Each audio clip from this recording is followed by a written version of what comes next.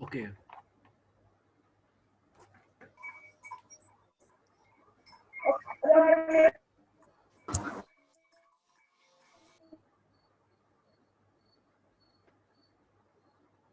मैंने आपको पोस्ट बना दी है। Got it. तो हमें वेट करना चाहिए कुछ लोगों का अभी कुछ देर। सिर्फ 1-2 मिनट वेट कर लें और फिर स्टार्ट करें। ठीक है।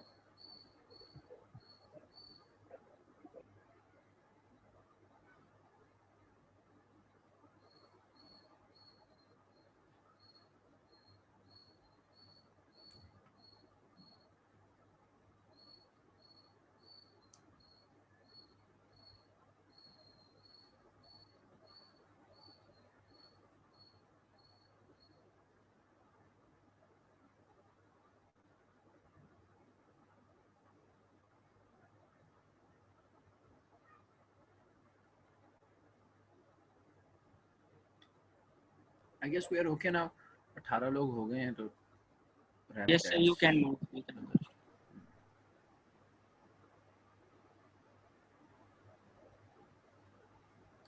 Right. So we were here कि जब फर्स्ट वर्ल्ड वॉर में लोग फर्स्ट वर्ल्ड वॉर के बाद होता ये है कि दोस्त जब फर्स्ट वर्ल्ड वॉर हो जाती है और अब उसके बाद ट्रीटीज साइन होती हैं, जो एक ग्रुप हार जाता है, एक ग्रुप जीत जाता है। जो ग्रुप जीत जाता है उसमें एक शख्स होते हैं यूएस के प्रेसिडेंट उस वक्त के, जो अमेरिका के जो सदर थे, उनका नाम था वुडरो विल्सन। वुडरो विल्सन साहब एक प्रोफेसर थे असल में। उन्हें लिबरल प्रोफेसर कहा जाता है। लिबरल का मतलब इंटरनेशनल रिलेशंस के टर्म्स में लिबरल, कि वो रियलिस्ट पैराडाइम के बिल्कुल खिलाफ थे। वो बड़े यूटोपियन किस्म की बातें किया करते थे। वो कहते थे अमन होना चाहिए, दोस्ती होनी चाहिए, पीस होना चाहिए, कोई लड़ाई दोबारा नहीं होनी चाहिए, वगैरह वगैरह। उसके लिए उन्होंने कुछ कोशिशें की। अब मैं आपको ये बता चुका हूँ कि उस वक्त नेशनलिज्म का राइज हो चुका था। नेशनलिज्म का राइज फलसफी जो थे उस वक्त के, वो इस बुनियाद पर लिख रहे थे कि हर किसी को मतलब है अपने मुल्क से, मुल्क की बाउंड्रीज वाजे हो रही थी, और उन बाउंड्रीज में रहने वाले लोगों के जो जो सेंटीमेंट्स थे वो अपने मुल्क से मोहब्बत के बढ़ रहे थे। अब आप ये भी कह सकते हो सर ये भी एक आइडियोलॉजी है, तो ये आइडियोलॉजी के पीछे कौन बैठा हुआ तो जो ये कर रहा था? हाँ, ये उस मुल्क के जो हाकिम थे उनके फायदे में था कि लोग अपने मुल्क से मोहब्बत ज्यादा से ज्यादा करें। क्यों फायदे में था? क्योंकि जंग हो रही थी। जंग में उनको मैन पावर की जरूरत थी, बहुत सारे लोगों की जरूरत थी। आप मुझे बताएं कौन सा ऐसा शख्स है जिसको आप एक फौजी को अगर आप 80,000 रुपीज पर मंथ पे देते हैं और आप उसे कहते हैं कि यार तुमने मास पे जाके जंग लड़नी है और हो सकता है तुम कत्ल भी हो जाओ, शहीद हो जाओ और तुम्हें गोली लगे और तुम मर जाओ, कौन बंदा है जो अपने 50,000 रुपए तनख्वाह के लिए या 60,000 रुपए की तनख्वाह के लिए बॉर्डर पर जाकर अपने आप अपनी जान दे दे? कोई नहीं होता ना। वो मुल्क की मोहब्बत से सरशार होते हैं। वो कहते हैं कोई बात नहीं, तनख्वाह वाली बात ही नहीं है, मैंने मुल्क की हिफाजत का बेड़ा उठाया, मैं जाऊंगा, मैं अपनी जान दे दूंगा। ये क्या है? ये मुल्क से मोहब्बत है। वो जो हाकिम बैठे थे उनको चूंकि उस जंग में लोगों की जरूरत थी, उस जंग में लोगों की एक तो मैन पावर की फिजिकल भी जरूरत थी, मॉरल सपोर्ट की भी जरूरत थी। तो उन्होंने ये वाला सेंस इनकलकेट किया आम लोगों में मुख्तलिफ जराए से कि मुल्क से मोहब्बत होनी चाहिए। वो इतना ज्यादा बढ़ा कि उसके बाद होता ये कि जब जंग ठंडी हो जाती है, एक ग्रुप हार जाता है, दूसरा ग्रुप जीत जाता है। तो वुडरो विल्सन के 14 पॉइंट्स बहुत मशहूर हैं दुनिया की हिस्ट्री में, इंटरनेशनल रिलेशन में तो वैसे ही बहुत मशहूर है। तो उनके 14 पॉइंट्स में आप अगर उनमें गौर मुताला करें तो आपको समझ आएगी कि वो ज्यादातर ये थे, जो वो रीएडजस्टमेंट्स की बातें कर रहे थे ना 14 पॉइंट्स में, कि इटली की बाउंड्रीज रीएडजस्ट की जाएं, फ्रांस की बाउंड्रीज रीएडजस्ट की जाएं, पोलैंड की बाउंड्रीज रीएडजस्ट की जाएं, जो टर्किश एम्पायर, जो ऑटोमन एम्पायर था उसके नीचे जितनी भी कंट्री, जितने भी छोटे छोटे मुल्क आते थे उनकी बाउंड्रीज रीएडजस्ट कर दी जाए, रशिया के नीचे जितनी मुल्क थे उनकी बाउंड्रीज, ये जो रीएडजस्ट करने का जो 14 पॉइंट्स में बार बार हमें जिक्र मिलता है ना, वो ये था, वो इस बुनियाद पे था कि वुडरो विल्सन इस बात को तस्लीम कर चुके थे कि लोगों में अब नेशनलिस्ट सेंटिमेंट्स बहुत ज्यादा हैं। इनको अपनी कौमियत की बुनियाद पे, इनको अपनी आइडेंटिटी की बुनियाद पे, इनको अपने उस मुल्क से उस खास मुल्क से मोहब्बत की बुनियाद पर उनके मुल्कों को आजाद कर दिया जाए।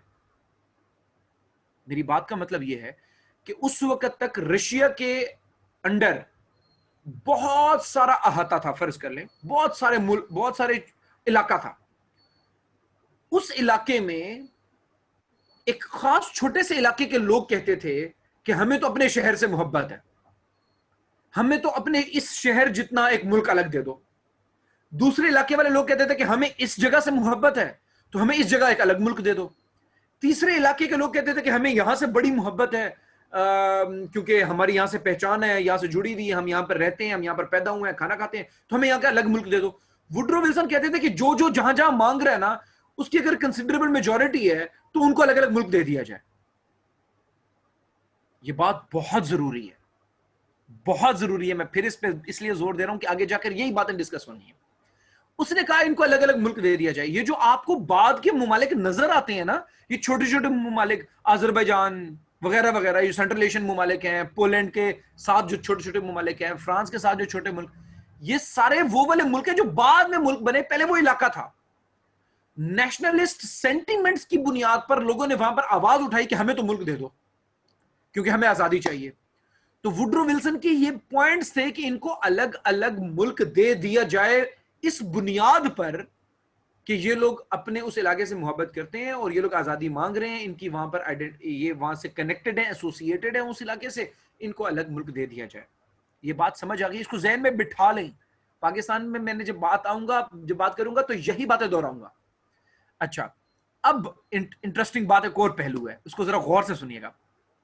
जब वर्ल्ड वॉर हो रही थी ना बेटा, तो ब्रिटिश भी एक ग्रुप में था, ब्रिटिश एम्पायर जो थी, यूके जो था वो भी एक ग्रुप में था ना, तो वो हम पर भी हुकूमत कर रहा था, इंडिया पर।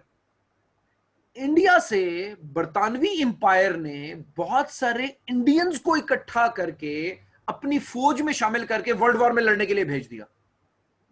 यानी यहां पर इंडिया में एक अंग्रेज डीसी ये ऐलान करता था कि जिस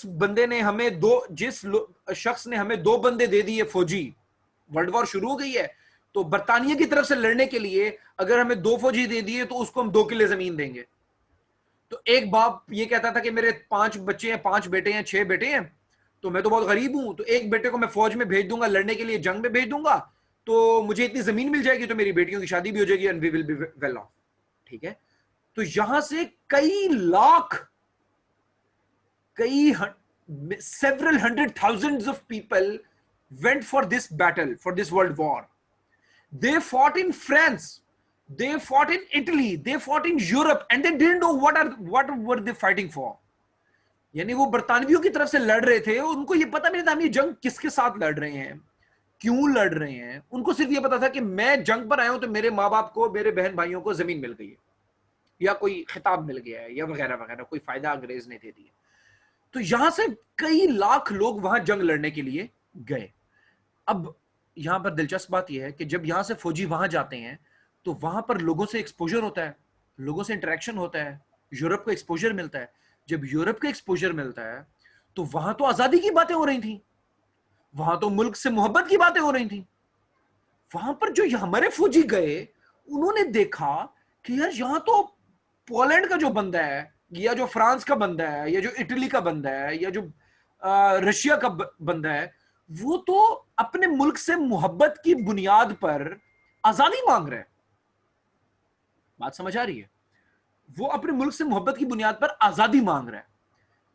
अब बहुत सारे फौजी हमारे वाले वहां पर लड़ते हुए दम तोड़ गए, फौत हो गए। बहुत सारे लाखों फौजी वापस भी आए जब जंग खत्म हो गई। जब वो वापस आए ना, तो दोस्त वो अपने साथ ये वाले आइडियाज भी वापस लेकर आए, आजादी के आइडियाज, नेशनलिज्म के आइडियाज, अपने मुल्क से मोहब्बत के आइडियाज। फिर गौर करें, ये जंग हो रही थी 1914 टू 1918, यानी 1911 वाली डेकेड चल रही थी।